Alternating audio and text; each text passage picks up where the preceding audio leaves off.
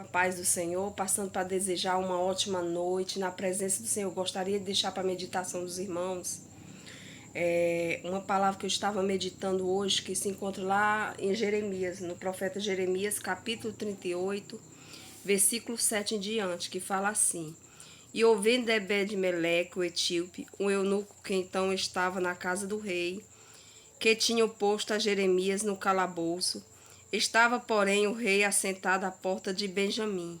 E logo Ebed-meleque saiu da casa do rei e falou ao rei, dizendo: O rei, senhor meu, estes homens agiram mal em tudo quanto fizeram a Jeremias, o profeta, lançando no calabouço, sendo que morreria de fome no lugar onde se achava, pois já não havia mais pão na cidade. Então deu ordem o rei Ebed-meleque a etíope, dizendo: Toma contigo daqui 30 homens e tira Jeremias, o profeta, do calabouço antes que morra. E tomou Ebed-meleque os homens consigo e foi à casa do rei por debaixo da tesouraria, e tomou dali uns trapos velhos e rotos e roupas velhas, e desceu a Jeremias no calabouço com corda. E disse Ebed-meleque, o etíope, a Jeremias: Põe agora estes trapos velhos e rotos, já apodrecidos, debaixo das axilas de teus braços, por debaixo das cordas. E Jeremias o fez assim. E puxaram Jeremias com cordas e tiraram do calabouço. Então ficou Jeremias no átrio da guarda. Essa palavra, irmão, eu estava meditando nessa palavra hoje. Aqui fala de quando o profeta Jeremias foi lançado na cisterna por causa das suas profecias impopulares. Muitos não se agradavam porque Jeremias ele pregava sobre conserto.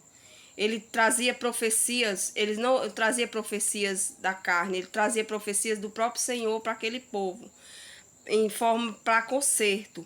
Só que aquele povo, eles não queriam receber aquela palavra. Então eles lançaram Jeremias na cisterna. Mas quando Deus tem um propósito, tem um projeto na vida de alguém, na vida do profeta Jeremias, Deus usou o etíope, o Ebed-meleque, para quê? Para interceder, pedindo ao rei que tirasse o Jeremias da cisterna, do poço, que ele estava sendo lançado no calabouço. Então, Deus resgatou o Jeremias de lá. Não é diferente na minha e na tua vida. Muitas vezes, quando nós vamos pregar a palavra, quando nós vamos falar de conserto para alguém, não é fácil, irmãos. O inimigo sempre usa pessoas para tentar nos entristecer, para tentar parar a obra que Deus tem na nossa vida. Mas eu quero te dizer nessa noite que, independente, nem que você seja lançado no poço, você não pode deixar de pregar a verdade. Você não pode deixar de falar de conserto, porque eu me lembro lá no livro de Ezequiel fala que nós somos chamados como atalaia de Israel. Se o atalaia vê uma pessoa passando por uma situação ali e não pregar, não falar da verdade, e acontecer algo com aquela pessoa, o sangue dela vai requerer sobre a nossa cabeça. Então, aqui o Jeremias, ele passou por o calabouço, ele foi lançado na cisterna. Então, Ebed-meleque foi usado pelo Senhor para interceder ao rei Ezequias para que tirasse Jeremias do calabouço.